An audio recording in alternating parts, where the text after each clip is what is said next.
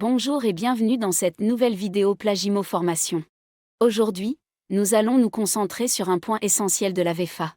Le dommage garanti, conditions et exclusions. Derrière cet intitulé technique se cache la question la plus concrète pour tout acquéreur. Que se passe-t-il quand un défaut apparaît après la livraison? Qui doit réparer? Dans quel délai? Et dans quel cas la garantie ne joue pas? Pour situer le cadre, rappelons une seule fois l'architecture des garanties légales. La garantie de parfait achèvement couvre, pendant 1 an à compter de la réception, tous les désordres signalés. Qu'ils soient apparents le jour J ou découverts dans l'année qui suit. La garantie biennale dite de bon fonctionnement protège, 2 ans après la réception, les équipements dissociables. Ceux que l'on peut remplacer sans toucher aux grosses œuvres. La garantie décennale enfin s'étend sur 10 ans et vise les dommages graves. Ceux qui compromettent la solidité de l'ouvrage ou le rendent impropre à sa destination. Concrètement, si un volet roulant cesse de fonctionner correctement, il relève de la garantie de bon fonctionnement. Un chauffe-eau en panne dans les premiers mois aussi. En revanche, un problème d'étanchéité de toiture ou un affaissement touchant la structure relève, eux, de la garantie décennale. Ces 3 filets se succèdent, se complètent et dessinent une protection continue, de la livraison jusqu'à la 10e année. L'objectif de cette vidéo est simple. Vous donner un mode d'emploi clair. D'abord les conditions pour que la prise en charge fonctionne. Puis les exclusions les plus fréquentes. Enfin la méthode pratique pour agir efficacement. Avec, à la fin, un récapitulatif et la transition vers la suite de la formation. La réception. C'est le point zéro de tout le calendrier. Acte formalisé par un procès-verbal, elle peut être assortie de réserves. Ces réserves, notées noir sur blanc, obligent le constructeur à intervenir et sécurisent l'acquéreur en cas de suite contentieuse. Sans réception correctement actée, les délais deviennent flous et les garanties, difficiles à mobiliser. Si le dysfonctionnement concerne un équipement dissociable qui ne remplit plus sa fonction, alors, c'est la garantie biennale qui s'applique. Si le défaut touche un élément indissociable ou compromet l'usage normal du logement, on bascule vers la garantie décennale. Enfin, lorsqu'un désordre est signalé au cours de la première année, c'est la garantie de parfait achèvement qui entre en jeu. Pour aller plus loin, rappelons la notion d'impropriété à destination. Le dommage n'a pas besoin d'être spectaculaire. S'il empêche simplement d'utiliser le bien comme prévu, il peut relever de la garantie décennale. Quelques exemples parlants, des infiltrations répétées qui rendent une pièce inutilisable, ou une isolation acoustique tellement défaillante qu'elle compromet un usage paisible du logement. Les textes, eux, sont très clairs, 1 an pour la garantie de parfait achèvement, 2 ans pour le bon fonctionnement, 10 ans pour la décennale. On ne joue pas avec le temps. Un défaut signalé trop tard, ou en dehors du délai, devient irrecevable. D'où l'importance d'agir vite, dès les premiers signes. Sur le terrain, il suffit d'adopter un réflexe simple, mais essentiel, constater d'abord, puis formaliser. D'abord, un constat précis, avec des photos datées, et, si besoin, un constat d'huissier ou un rapport d'expert. Ensuite, une lettre recommandée avec accusé de réception adressée au promoteur ou au constructeur. Elle décrit clairement le dommage, précise la date d'apparition, mentionne la garantie concernée, et met en demeure d'intervenir dans un délai raisonnable. Autre point souvent méconnu. La consignation d'une partie du prix en cas de réserve non levée à la livraison. Ce levier financier, lorsqu'il est possible, accélère les reprises. Et si l'entreprise tarde, un référé expertise peut être sollicité auprès du tribunal judiciaire. L'expert judiciaire fixera les responsabilités, les travaux et le chiffrage. Base solide pour la suite. L'assurance dommage ouvrage joue un rôle essentiel en VFA. Elle est souscrite dès le départ par le promoteur, au bénéfice des acquéreurs. Son intérêt ? Permettre une intervention rapide en cas de dommage de nature décennale, sans attendre l'issue d'un procès. La procédure est encadrée, déclaration à l'assureur, désignation d'un expert, prise de position sous 60 jours, offre d'indemnité dans les 90 jours, puis règlement sous 105 jours, en principe. Un dispositif précieux, surtout lorsque l'urgence impose d'agir vite. Prenons un peu de recul. Les garanties légales sont puissantes, mais ciblées. Elles ne se substituent ni à l'assurance habitation, ni aux obligations d'entretien normal. Une chaudière mal entretenue. Ou une ventilation mécanique contrôlée dont les filtres n'ont jamais été nettoyés. Des joints de salle de bain laissés à l'abandon. Tout cela désactive la garantie. Car le dommage résulte d'un défaut d'entretien ou d'un usage inadapté de l'occupant. Certaines situations sortent du champ des garanties légales de la construction.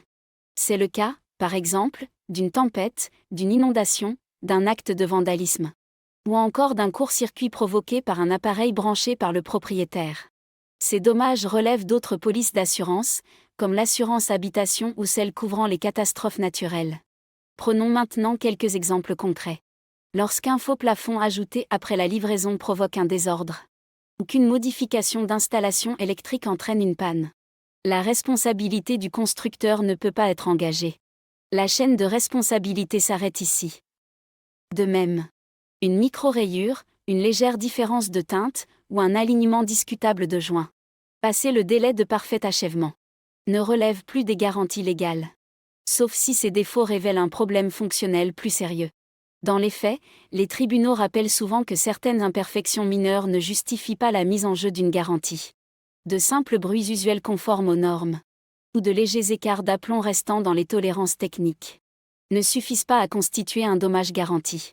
En revanche, lorsqu'un défaut empêche réellement d'utiliser la pièce comme prévu, il peut franchir le seuil d'impropriété et relever de la garantie décennale. Enfin, précision importante. Un vice caché découvert tardivement peut relever de la décennale. Même s'il n'était pas visible à la réception. À condition qu'il remplisse les critères de gravité. D'où l'intérêt de ne pas confondre défaut d'aspect et désordre structurel. Dans la pratique, comment sécuriser vos droits sans perdre de temps? Dès qu'un défaut apparaît, notez la date. Décrivez-le précisément. Prenez des photos ou des vidéos. Et conservez toutes les pièces utiles, factures d'entretien, notices, rapports éventuels. Il est ensuite essentiel d'informer officiellement le promoteur ou le constructeur. Par une lettre recommandée avec accusé de réception. Dans ce courrier, précisez la garantie que vous invoquez. Proposez un rendez-vous de constat. Et accordez un délai raisonnable pour intervenir 15 jours, par exemple. Petit conseil pratique. Joignez un tableau récapitulatif des désordres. Précisant leur localisation. Les symptômes observés. Et leur impact sur l'usage du logement. Sans réponse ou sans intervention efficace. Envoyez une mise en demeure. Courte, claire, datée, rappelant les textes applicables. Et l'astreinte possible en cas de retard. Avant de judiciariser. Une expertise amiable contradictoire peut suffire. À défaut, le référé expertise devant le tribunal judiciaire fige les preuves. Et accélère la solution. Il peut aussi être utile de solliciter le médiateur de la consommation lorsque la situation s'y prête. Une solution souvent rapide et peu coûteuse. En cas de sinistre, réagissez sans attendre, faites la déclaration dans les délais. Répondez aux demandes d'expertise. Et conservez la trace de tous vos échanges. L'assurance dommage ouvrage vise un règlement rapide. Libre ensuite à l'assureur de se retourner contre les intervenants responsables. Si le dommage touche le hall, l'ascenseur, la toiture, c'est le syndic qui agit au nom du syndicat des copropriétaires. L'acheteur transmet ces éléments. Et le syndic engage les démarches. Là encore. Chaque étape compte, réception des parties communes, formulation des réserves, et notification des remarques. Tout doit être soigneusement tracé. Lorsque les démarches amiables échouent, la saisine du tribunal judiciaire permet d'obtenir l'exécution forcée des travaux. Ou une indemnisation. Parfois, le juge autorise la réalisation des réparations aux frais du constructeur défaillant. Mesure radicale. Mais efficace. En complément, quelques réflexes simples peuvent vraiment faire la différence. Un ton factuel avant tout, pas d'émotion, mais des faits, des dates et des preuves à l'appui. Une vérification logique entre le dommage constaté et la garantie mobilisée. Et surtout, mieux vaut une preuve solide et bien documentée qu'une multitude d'exemples imprécis.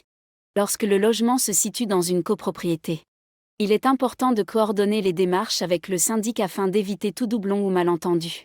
Au final, la réussite d'un dossier ne dépend pas seulement des textes, mais aussi de la rigueur des démarches et de la réactivité de l'acquéreur. Un calendrier respecté, des preuves conservées, des écrits précis. C'est souvent la clé d'une issue favorable. Retenons l'essentiel. La VEFA vous offre une triple protection. Parfait achèvement sur 1 an. Bon fonctionnement sur 2 ans. Décennal sur 10 ans. Chaque garantie s'active selon sa logique propre.